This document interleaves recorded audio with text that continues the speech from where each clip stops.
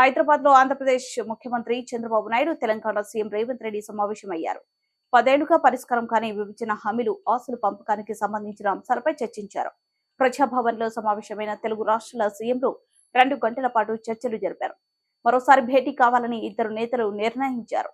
విభజన సమస్యలను త్వరితగతిన పరిష్కరించేందుకు వీలుగా 2 రాష్ట్రాల ఉన్నత అధికారులతో ఓ కమిటీని వేయాలని నిర్ణయించినట్లు తెలుస్తోంది.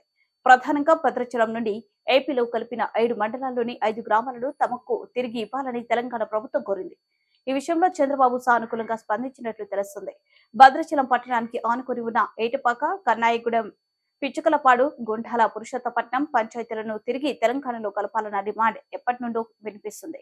ఈ గ్రామాల విలీనంతో భద్రాచలం పట్టణ అభివృద్ధికి అవకాశం ఉంటుందని చెబుతుంది.